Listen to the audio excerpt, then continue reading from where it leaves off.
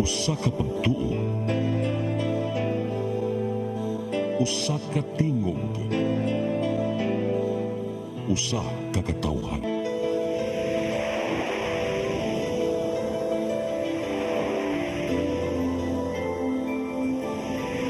Cebu Catholic Television Network.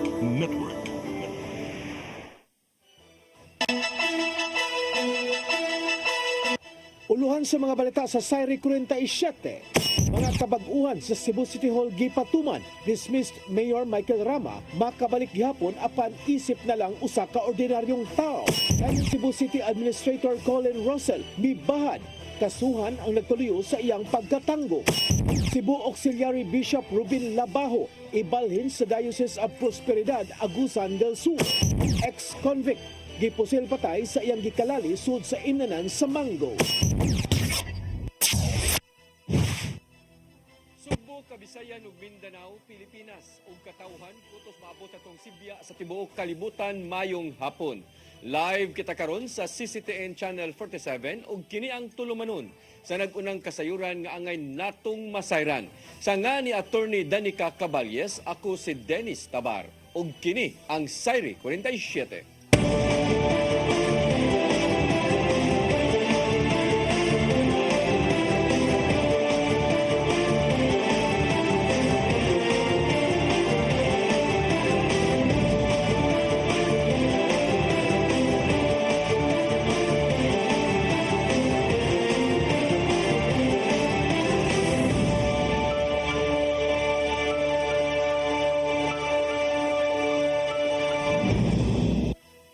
Og karon sa kumpletong detalye sa atong mga balita, gipatuman ang pipila ka mga kabag-uhan sa buhatan ni Mayor Consamayor sa Dakbayan sa Sugbo diha sa City Hall. Sama na lang sa pagbutang og naong ni Mayor Raymond Alvin Garcia. Samtang gitataw niya nga mahimo rang makabalik si dismissed Mayor Michael Rama isip ordinaryong tao. Ang kasayuran ihatod ni Crystal Joy Filerca. Human nga nilorang ang tensyon, adunay mga nabantayang kabag-uhan sulod sa Mayor's Office sa Cebu City Hall. Nabantayang giilisa na ang picture frame sa sulod, diin nakabutang ang dagway ni Mayor Raymond Alvin Garcia. Tungod kay dili man kakumpiyansahan ang posibleng kagubot, gipang deploy ang daghang mga sakop sa kapulisan sa palibot mismo sa Cebu City Hall. Subay usab kini sa gipatumang maximum tolerance aron dili hayan maapektuhan ang operasyon sa sulod. Sa dihang gipangutana si Mayor Raymond Alvin Garcia bahin sa nahimong kabag-uhan, kini na lang ang natubag. I think ang atong staff na tingali mo inibuhat ani nga nag-replace ani atong mga pictures. I never gave any orders to that effect. Maybe it was just atong staff sa office of the mayor, no. So dili lang sa kumo-comment ana. But subling gihimug-atan ni Garcia og mga sakop sa kapulisan nga legal ang nahitabong pagkasikop kang Attorney Colin Russell tungod sa usurpation of authority. Tungod kini sa giingong pagpakigsabot sa pipila ka mga kawani sa Cebu City Hall nga nisangpot sa jutay nga tensyon. So when the person is about to commit usurpation, is committing usurpation, or has just committed usurpation, that is a warrantless arrest. He need to sign, no, a document using title of city administrator, dated November 8, and it was shown to me the incumbent city administrator, Attorney Christine Batucan, and also by the chief of the legal of Cebu City, Attorney Ortiz, and made a complaint to me. Dugang pa ni Mayor Garcia nga mahimong makabalik si dismissed Mayor Michael Rama sa City Hall apan isip yanong tao lamang. Subay kini sa gipahamtang sa dismissal order sa ombudsman ngadto ni Rama ni adtong buwan sa Oktubre. Wala problema labi nagkuan mobayad ba siya buhis nindot kayo, no, unsa pa na iyang buhaton diri. He can always come back, and I will since it is a public building, we have to respect that it is a public building. Sa laing bahin, gihulagway sa reklamanting si Jonel Salceda alias Inday Josa Chongban Osmeña nga natandog ang pagsalig sa publiko tungod sa binuhatan ni Rosel. Awag niya ngadto ni Rosel ug sa kampo ni Rama nga mas maayong tumano na lang ang mga nakalatid sa balaod aron dili magkalisod. Si Salceda mao ang reklamanting ni duso sa reklamo sa ombudsman ug haya na pamatud-an nga sad-an si Rama tungod sa grave misconduct ug nepotism. Crystal Joy Filerca, CCTN News. Kani Cebu City Administrator Colin Rosel gida sa prisuhan human sa giingong gihimong kasamoksod sa City Hall. Mibahad usab si Rosel nga mapasaka og kaso batok sa mga nagpaluyo sa iyang ginangatan. Ang kasayuran ihatod ni Gian Navarro.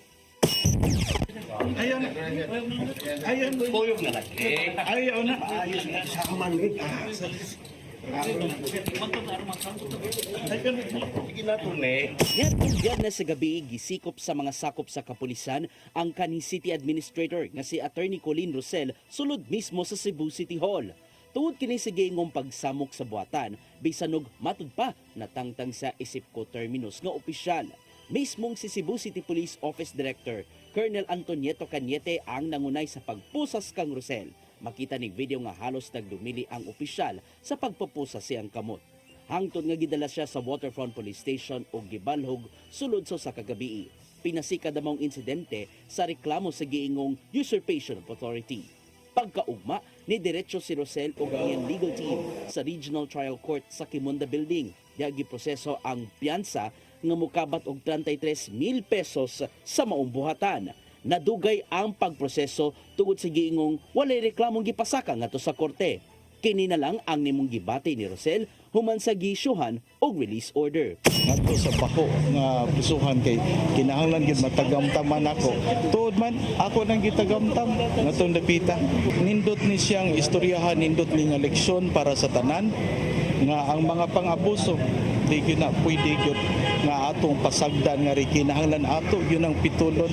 Inugan si Rosel sa mga kaalyado ni dismissed Mayor Michael Rama human nakabalita sa gidangatan. Grabing kasagmuyo usab ang naangko ni Rama sidang nasayod sa pagkasikop ni Rosel. Dili man siguro maghisgot tag mga pangan ang ako ang tanan no kay lisan man sad kay kung kinsay sad-an kay ang ato kung tan-aw gud ini para man sa gyud ni sa kaayuhan sa kadaghanan. Ang legal team ni Rama kung unsa man ang nimong basihan sa pagkagawas nun. Usa sa mga tumungan ng mga inquest is to determine the propriety of the warrantless arrest. Nag-arrest ang kining akusado na why warrant kay kailangan man ginag-warrant nalay mga exceptional circumstances na pwede nimo na ma-warrantless arrest. If a person is detained but is not yet formally charged, he may post bail with the court. Mo ni atong gibuhat karon nga remedy with respect to Attorney Colin nga bail is a matter of right. Bisan naman sa gipasangil sa habig nilang Rama nga warrantless arrest, gitataw sa Cebu City Police Office nga legal ang nitibong pagkasikop kang Rosel. Human sa tensyon sa City Hall nitong Biyernes, nakahigayon ng buhatan sa kasamtangang mayor sa pagpablotter sa Waterfront Police Station. Daan ang mipahimangno si Mayor Raymond Alvin Garcia nga kinahanglan walay mabaldang serbisyo sa Cebu City Hall, taliwas sa pagpamugo sa kampo ni Rama nga mubalik sa pagpanerbisyo. Gian Navarro, CCTN News. Buot ni Konsehal Ray Gialon nga magbaton og task force aron magpabiling aksay ang palibot sa mga flyover sa dakbayan sa Sugbo. Pinagi sa giduso nga resolusyon sa konseho, giawhag ni Gialon Sir Mayor Raymond Alvin Garcia nga magbaton og igong luna sa mga flyover. Pinagi aron dili mahimuong kapuy-an sa mga libod suroy sa karsada ug malikayan ang kahugaw sa palibot. Namugna ni Gialon ang maong pag-awhag tungod sa kahugaw nga naangkon sa mga flyover diin namuyo ang mga libod suroy.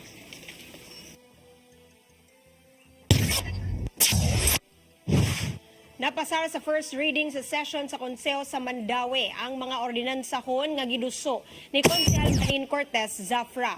Una, maong pagpataas sa binuwan nga honorarium sa clean and green personnel ug barangay health workers og 800 pesos gikan Agosto hangtod Oktubre. Laing ordinansahon nga napasar ang pagpataas og 76 pesos sa matag adlaw nga suhulan sa mga job order employees sa City Hall sulod sa 3 ka buwan. Ang increase magsilbi nga Christmas bonus sa maong mga empleyado samtang ang regular employees makadawat og balor 1 ka buwan sa ilang suhulan. So basically this is the same like pagka-charter bitaw nga nihatag ta nila nga not more than 5 for JO, not more than 5,000. So ang sa BHW ug sa kaning Clean and Green, it's mga 2-4 I think ni siya. Yeah.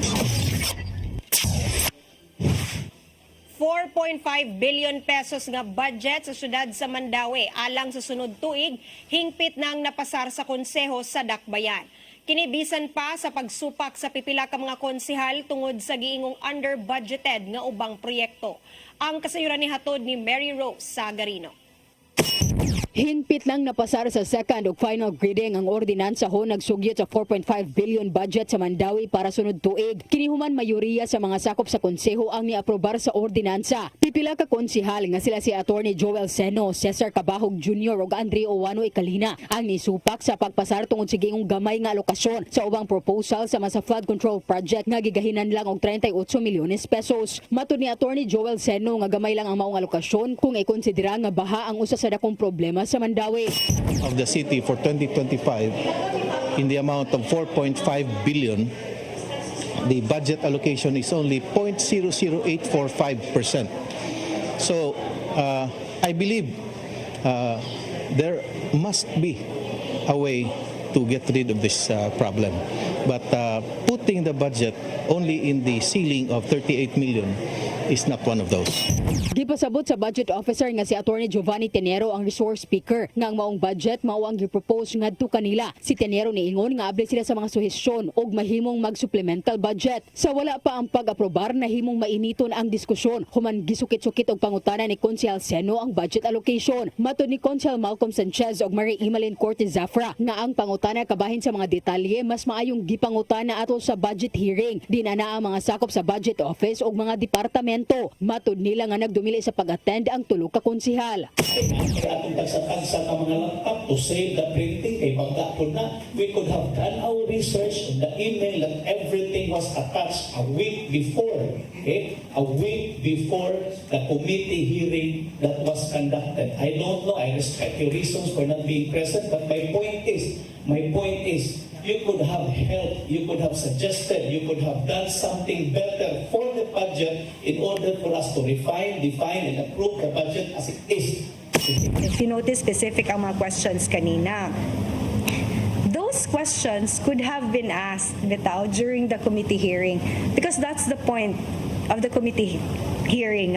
Adto pangutan-on labi na mga detail na kayo mga specific nga questions kay tungod naa man ang budget officer together with some of the kanang staff from the budget office no adto tanan kay para kung naamoy mga pangutana na ay kanang gusto mong ipausab inana ato nang mahanay daan para inig sa second reading, clarificatory na lang bitaw, pangutana na lang, ang katong among gi-raise during the committee hearing, is it already being considered for the second reading? Is it there sa second reading na ba? Mao na lang yun tato, para at least hapsay na ta. While it is true that the budget was already sent to us days prior, but if you are going to be very religious in trying to understand the whole process, 2 days or even a week is not enough, considering that there are some obligations that need to be attended to, not only the budget. Mary Rose Sagarino, CCTN News. Mga putaw sa gitukod unta nga bus station sa CBRT project at ubangan sa Kapitolyo gitangtang na. Apan magamit ang maong istruktura sa laing dapit pinasubay sa nagpadayong proyekto. Ang kasayuran ni hatod ni Gian Navarro. Nahimong issue ang gitukod unta nga bus station sa Cebu Bus Rapid Transit at ubangan sa Kapitolyo sukad nitong Pebrero. Tungod kini sa mismong disenyo nga may nakapababag sa Cebu Provincial Capitol Building nga protektado sa mga balaod isip heritage site. Pagkalabay sa dulaan kapin 8 ka buwan, gitangtang na among stainless steel nga pundasyon. Pinasikad among lakang sa mando gikan sa Department of Transportation human gipahibaw nga ni Governor Gwen Garcia nga ilang tangtangon ang maong istruktura. Sa pagbisita sa news team karong adlaw, naabtan nga gibakbak nila ang semento aron lang maibot ang nahabiling mga puthaw. gitinguhan nilang mahuman sa labing daling panahon ang pagtangtang sa gitukod nga bus station. Sukad niya tong Pebrero, gipahunong sa Kapitolyo ang katukuran sa BRT bus station ning Habig sa Osmeña Boulevard. Kinitod kay nakasalipod kini sa Hulagway sa Cebu Provincial Capitol Building. Ubos sa kasamtangang heritage laws, kinahanglan walay bisan unsang mga istruktura ang mupasalipod sa atubangang bahin sa Kapitolyo. Nasayangan na hinuon ang mga nang-agi sa Osmeña Boulevard tungod sa gidangatan sa istruktura. Kuan man tingali na siya kanang murag expensive na kaayo ba, no? Murag kana ra akong ibawaan. Murag mas okay ra to tong una. Usab usab ang nahimong panahom ni mga delivery riders dungan sa paglantaw nga mas mugaan paunta ang dagan sa trapiko. Pero man diri din pud kay nga traffic mo, traffic ram ni siya mga alas 5. Kadiyo ta sad kayo. Hawan raman diri. Na limpyo na sa datong dalan, dili na samog, dili na po delikado sa ikagabi kay nadaghaman sa disgrasya dagot tungod na ng yellow bitaw agyanan sa bus. Sumang ni CBRT Project Manager Engineer Norvin Imbong nga magpadayon ang BRT bus station construction duol sa Kapitolyo. Hatagan na lang nila og pagtagad ang pagpanindot pa sa daplin sa dan isip kabahin sa CBRT.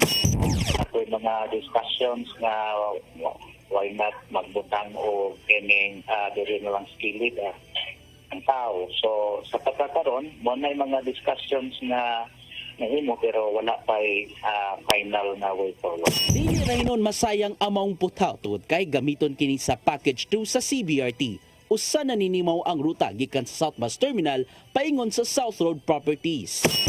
Ang mga materials nga natangtang kanang magamit naman na sa package 2, package 2 specifically. So amo lang sa nang i-store din sa SLP niya later on, mahimong ididakla na isa dito sa package 2 nga kontrata. Suportado hinuon sa mga tigpondo sa CBRT nga World Bank ang nimong desisyon. Kini aron makabuylo na og dili mo samot ang kalangan sa maong mega infrastructure projects sa nasod. Gian Navarro, CCTN News. Mosunod, Cebu Auxiliary Bishop Ruben Labajo ibalhin sa Diocese of Prosperidad Agusan del Sur. Kanaog daghan pa mga balita sa pagbalik sa Sairi 47.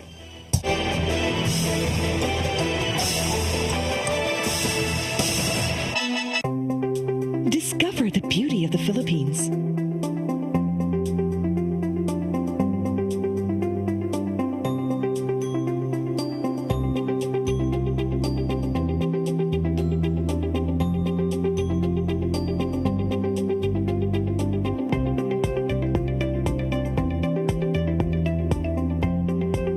With Philippine Airlines, the country's flag carrier.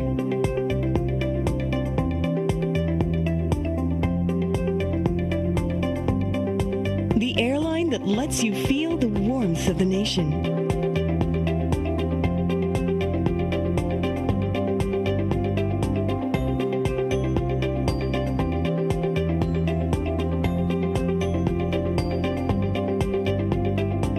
Mabuhay.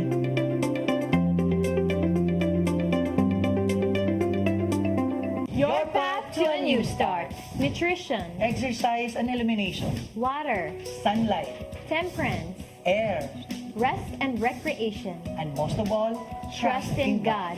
Learn from our doctors.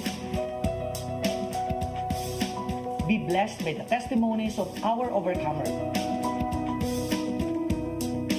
Ang inyong programa, Alam sa may sakit, walay sakit, ug dili ganahan magkasakit. Ozone Med Wellness Clinic New Start. Napapanood every Saturday 8 to 9 a.m. Og ang replay airing matag Miyerkules 1:00 hangtod 2:00 sa hapon.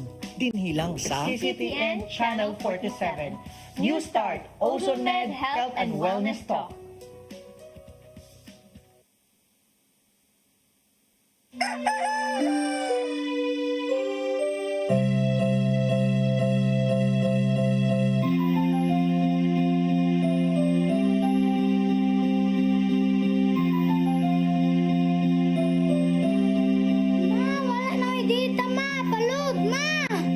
Sorry ma'am, na-late ko. Nangita pa mong gusto para internet sa kong anak ma'am. Ay, wala na yung problema. Mag-sinisibo!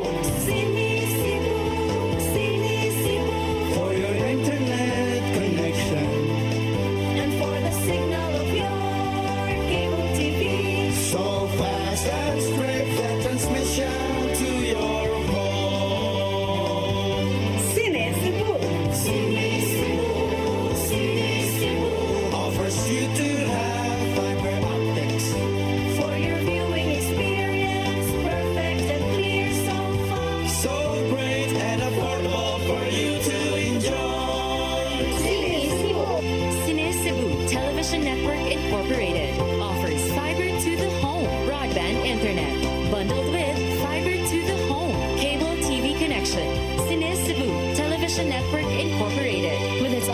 station in Metro Cebu and the whole province of Cebu soon. And affordable for you to enjoy. Cine Cebu.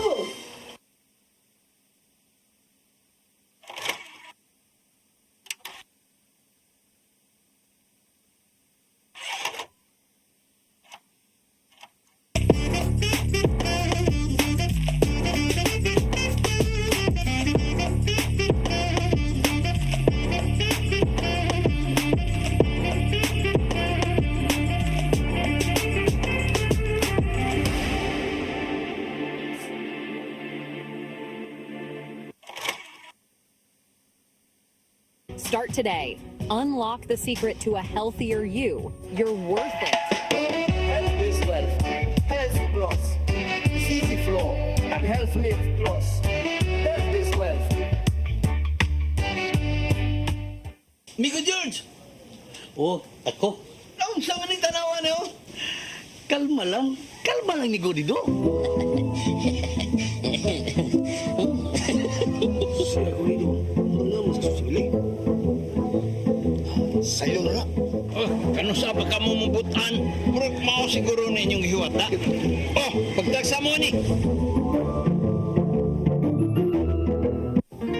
I am the God that healeth thee.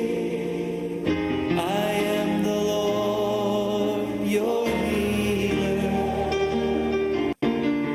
I sent my word and healed your disease. I am the Lord, your healer. I am the God that healeth thee. I am the Lord, your healer. I sent my word and healed your disease. I am the Lord, your healer. I am the God that healeth thee. I am the Lord, your healer. I sent my word and healed your disease. I am the Lord, your healer.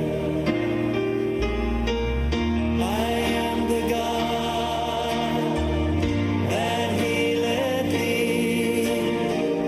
I am the Lord, your healer.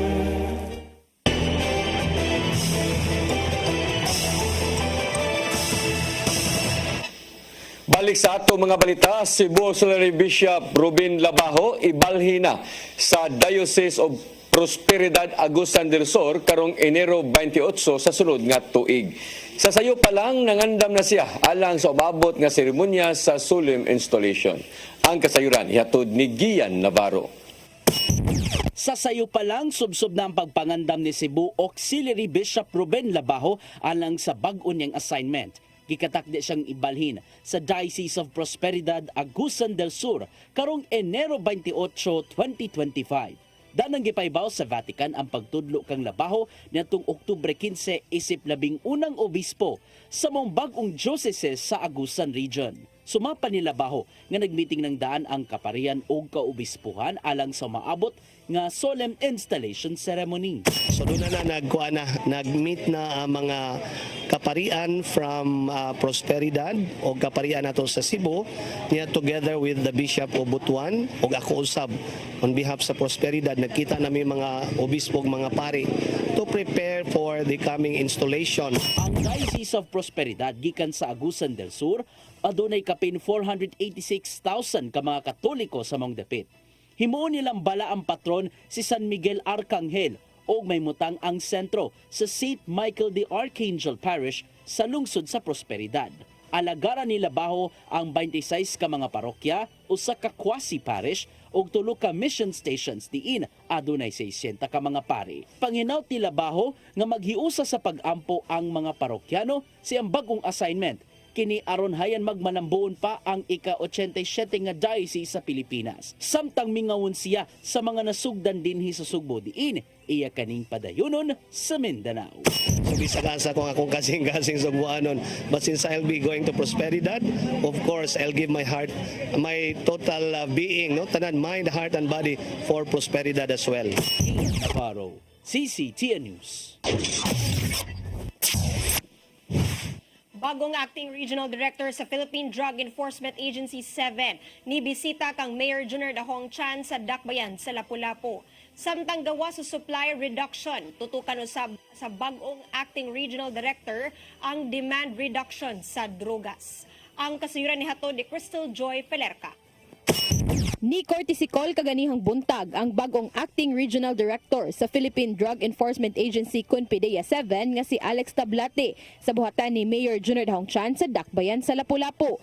Si acting regional director Tablate nilingkod sa mong posisyon ni adto lang Nobyembre 4 ug sigon pa niya nga si Mayor Chan pa lang ang una niyang nabisita nga local chief executive sukad sa iyang paglingkod. Matod pa niya nga mahinungdanon ang pagpahigayon og courtesy call sa mga LGU tungod kay dako silaw ikatampo sa ilang trabaho, ilabi na ang pag-implementar sa drug clearing. Considering ang LGU, ang mga barangays, sila ay supervision and control. That's why kinahanglan gud nato ang maayong coordination with the LGUs. Niadtong tuig 2018, si acting regional director Tablate nahimong OIC kaniadto sa Region 6 ug sa tuig 2023 nahimo siyang assistant regional director sa Region 8. Ug sa iyang katungdanan karon, matud niyang dakong hagit kini para kaniya tungod sa kadako sa Rehiyon 7. Karon bago na pud nga challenge na napud ta there is considering nga medyo dako ang Cebu and mga highly urbanized ang mga syudad nato. But then, of course, nagaingan pa na ako ganina, with the help of the local government units, among other government agencies, we believe na kaya ni nato. Nibutyag usab si acting regional director Tablate nga gawas sa supply reduction. Usa-usab sa ilang tutukan mao ang demand reduction. Kanang mga lectures, kanang engagements nato sa community, schools, para po at least ma-educate ang atong publiko. Number one, sa mga consequences ng illegal drugs. Sa wala pa ang courtesy call, nitambong usa si acting regional director Tablate sa opening ceremony sa Drug Awareness, Prevention and Control nga gipahigayon sa Lapu-Lapu City Hall lobby. Crystal Joy Pelerca, CCTN News. Tag 50,000 pesos nga cash incentives gitunol kaganinang buntag sa lokal nga kagamhanan sa Dakbayan sa Lapu-Lapu sa 7 ka mga drug-cleared barangay sa syudad. Samtang Mayor Junior Dahong Chan malaumon nga sa sunod tuig madugangan na ang mga drug-cleared barangay sa iyang dapit. Ang kasayuran ihatod ni Crystal Joy Pelerca. Atol sa Drug Awareness, Prevention and Control kun DAPC opening ceremony kaganihang buntag, gidawat sa 7 ka mga drug-cleared barangay sa Dakbayan sa Lapu-Lapu ang tag 50,000 pesos nga cash incentives gikan sa lokal nga kagamhanan. Ang Barangay Santa Rosa, San Vicente, Kaubian, Kalawisan, Panganan, Ibo ug Talima mao'y nidawat sa maong incentives. Lakip usab sa ilang gidawat ang Certificate of Recognition gikan sa LGU Lapu-Lapu ug sa Regional Oversight Committee nga mao'y nagdeklara kanila nga drug-cleared barangays. Matud ni Mayor Junior Dahong Chan, ang paghatag og cash incentives aron kini sa pag-awhag sa mga barangay nga mahimo silang drug cleared ug magamit kini nila nga pondo sa Barangay Anti-Drug Abuse Council kon BADAC. Kibaluta kulang ang pondo sa ilang BADAC atong yatagan sila para magamit nila. Sa pagkakaron, ang Dakbayan aduna nay 13 ka mga drug cleared barangays ug 1 ka drug free barangay. Sa nahabiling 16 ka mga barangay nga wala pa nadeklara, sigon pa sa mayor nga posibleng nagkuwang pa ang mga opisyales sa barangay sa pagtuyok sa ilang mga sityo o purok. Apad gihagit niya ang mga opisyales sa barangay nga kinahanglang sa sunod tuig, 80 ngadto sa 90% na ang drug cleared barangay sa Dakbayan sa Lapu-Lapu. So, muna ato ang hagit ang mga barangays na wala pa ma-drug cleared, nga maningkamot sila nga ilag yung pangingusgan ang ilang kampanya batok kontra droga. Samtang nibutyag si Gary Lau, ang Pangulo sa City of Lapu-Lapu Office for Substance Abuse Prevention kun CLOSAP, nga aduna nay duha ka mga pending barangays para validation.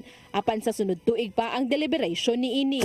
Unfortunately, there was a memorandum issued by the Regional Oversight Committee that all deliberation for a drug clearing put on hold and it will be resumed by next year because of the election panghitabo. So, apan gidugang nilaw nga bisan og adunay suspension sa deliberation sa drug clearing, magpadayon gihapon ang CLOSAP kauban ang kapulisan og Philippine Drug Enforcement Agency kun PDEA sa pag-validate sa mga papeles sa ubang mga barangay aron mahimo silang kandidato sa drug clearing. Crystal Joy Filerca, CCTN News. Nabalaka ang kadaghanan sa mga undocumented Pinoy nga tuan nagpuyo sa Amerika tungod sa imong polisiya ni President-elect Donald Trump. Gipaybaw ni Philippine Ambassador to the US Jose Manuel Romualdez ang tingwa ni Trump nga mass deportation sa mga illegal foreign immigrants sa nasod. Tungod niini gitambagan ni Romualdez ang mga Pinoy sa Amerika nga mas maayong mupauli na lang kung ugaling wala pa na proseso aron mahimong legal ang pagpuyo sa nasod. Dugang ni Romualdez gagihatagan og pagtagad sa Department of Migrant Workers ang mga legal Filipino immigrants nga nangayo og tabang. Base sa US Census Bureau, adunay 4.6 million ka mga Pinoy nga anaa sa Amerika hangtod sa tuig 2023.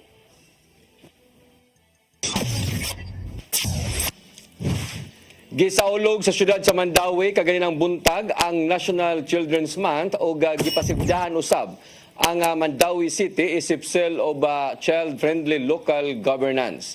Niadtong weekend, dipahigayon og Child Care Caravan of Health Services ang Mandawi City Health Department sa nagkadaiya nga barangay. Ang mga serbisyo nga gihatag ngadto sa mga bata o ginikanan naglakip sa konsultasyon, medikal o dental, pagpamakuna, pagpurga, paghatag og bitamina, pag-edukar sa ginikanan kalabot sa panglawas, family planning o pagpahigayon og profiling sa panglawas. Ang karavan gipahigayon sa nagkadaiya kon papakig-alayon sa UNICEF, Relief International, ingon man sa Department of Health.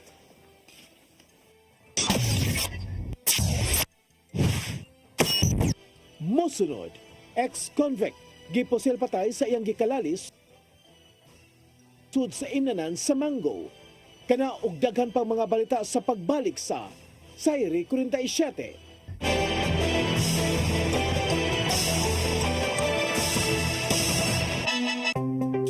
Discover the beauty of the Philippines.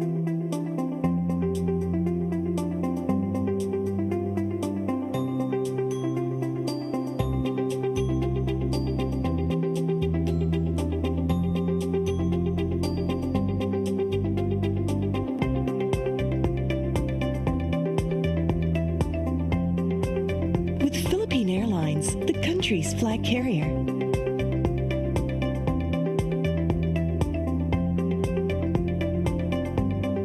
The airline that lets you feel the warmth of the nation.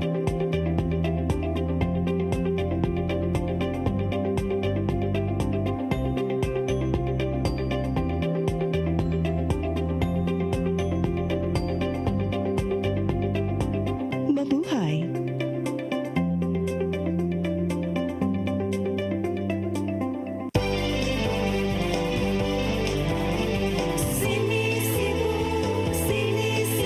For your internet connection and for the signal of your cable TV, so fast and straight the transmission to your home. Sini Cebu offers you to have fiber optics for your viewing experience, perfect and clear so far, so great and affordable for you to enjoy. Cine Cebu Television Network Incorporated offers fiber to the home broadband internet bundled with fiber to the home cable TV connection. Cine Cebu Television Network Incorporated with its operation in Metro Cebu and the whole province of Cebu soon. Cine Cebu.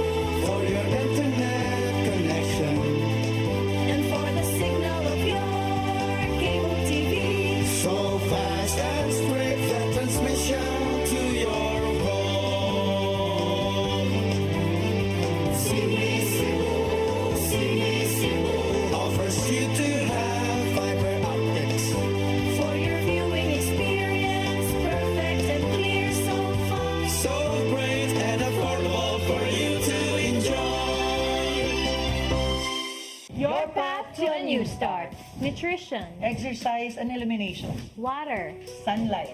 temperance, Air. rest and recreation. And most of all, Trust in God. Learn from our doctors.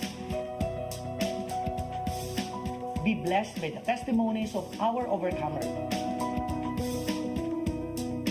Ang inyong programa, Alam sa may sakit, walay sakit, ug dili ganahan magkasakit. Ozone Med Wellness Clinic New Start. Mapapanood every Saturday 8 to 9 a.m. Og ang replay airing matag Miyerkules 1:00 hangtod 2:00 sa hapon. Dinhilang sa CCTN Channel 47. New Start, Ozone Med Health and Wellness Talk.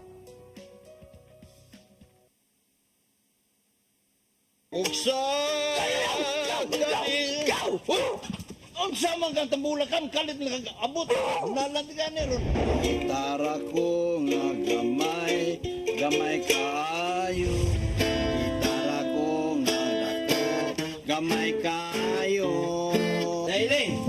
Unsa man ang utangan nga naa nga si mong luyo dito? Upa manggod siya na ikatubang ni mo Dailing kay. Tarong mo? Nganong imong kung iapil ni Dailing ha, wa man ko'y labot. Kini panil nga, kini.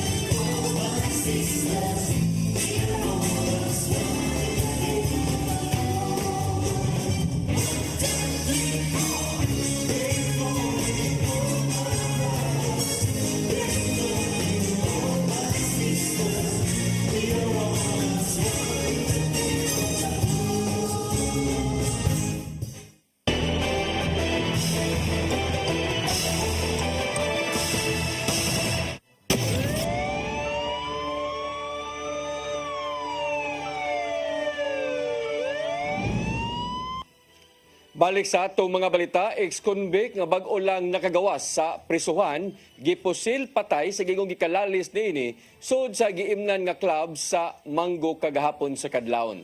Abiliana Police Station aduna nay person of interest sa maong insidente og milusa daw sab kini og manhunt operation. Ang kasayuran ihatod ni Arnold Bustamante.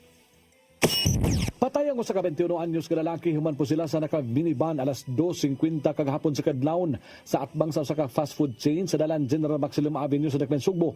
Ang biktima gilang si John Mike Simplante, 21 anyos, residente sa barangay Tipulo sa siyudad sa Mandaue. Matod sa kauban sa biktima nga 17 anyos kagikan sila nga nag-inom uban sa ilang mga barkada sa Uptown Club Mango, General Maximilian Avenue sa barangay Kamputaw sa Dakmen, Sugbo. Pagka alas 2:45 sa kadlawon, nakahukom sila nga mamauli na kay buntag na din ang biktima sa sa motor nga gimaniho sa iyang higala ug lain pa nga backrider. Apan pagabot sa stoplight at bang sa Jollibee General Maximilian Avenue, duha ka lalaki ang bikalit sa pagkadaog sa gisakyan nini nga green minivan ug bitbit nini ang wala matino nga kalibre sa armas ug daing pusil sa biktima.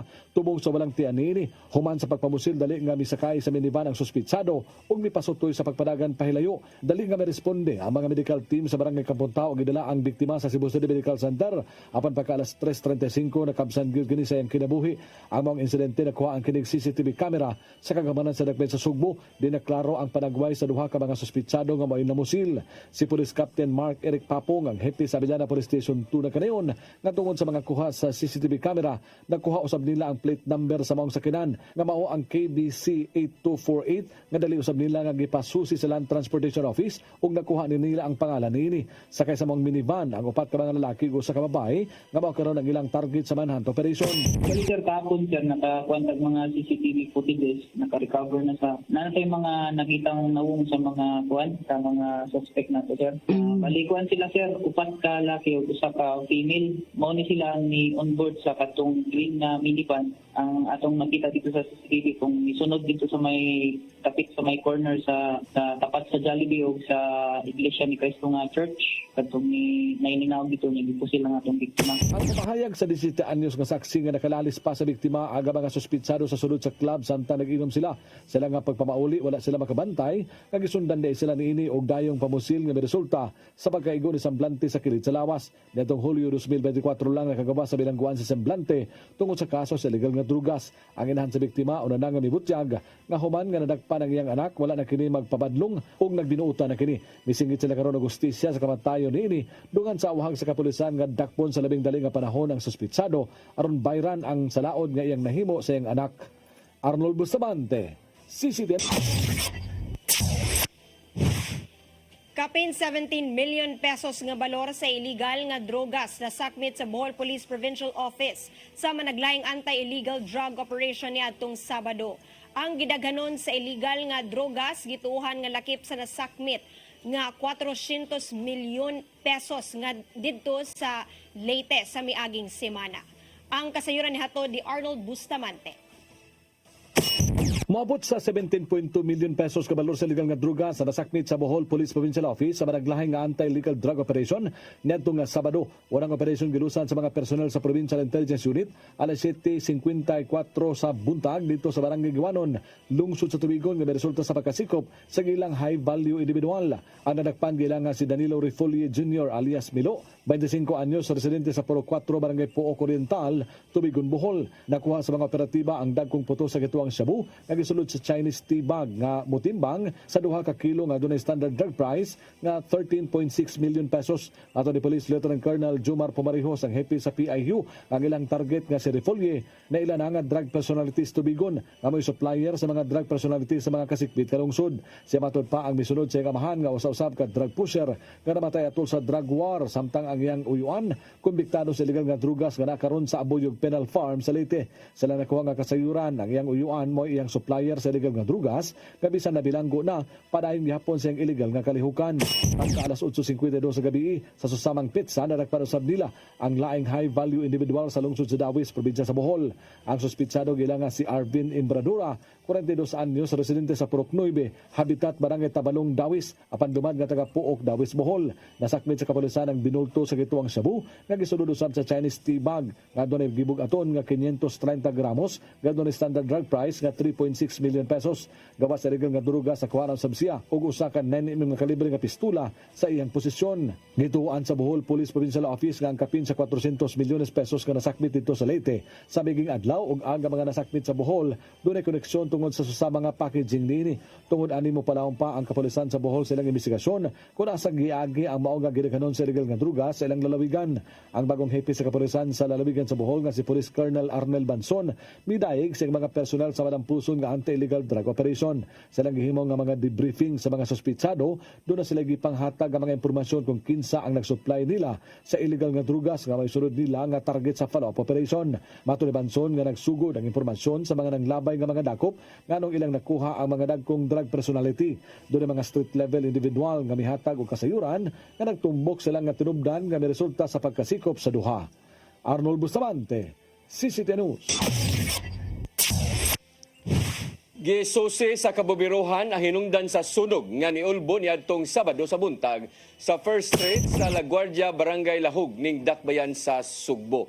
Nagsugod ang kayo gikan sa lawak sud sa usa ka residential building alas 11:30 sa buntag. Nilanat ngadto sa 7 minutos ang pagpaong sa kayo ug wa hinuon kini makakatap sa makasikbit nga mga edipisyo. Matod ni Senior Fire Officer 4 Philip Layog nga nagbilin kini og gatunga sa milyon ka pesos nga danyos.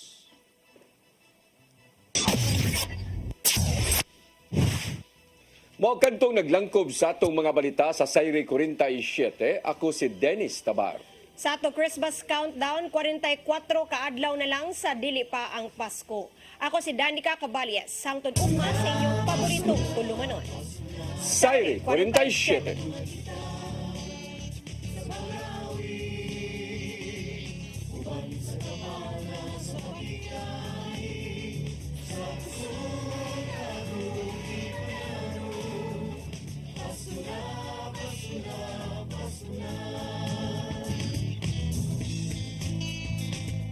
Gugma ang angay na kong paambi sa iksuntang hubo, gutom sa pagmahal.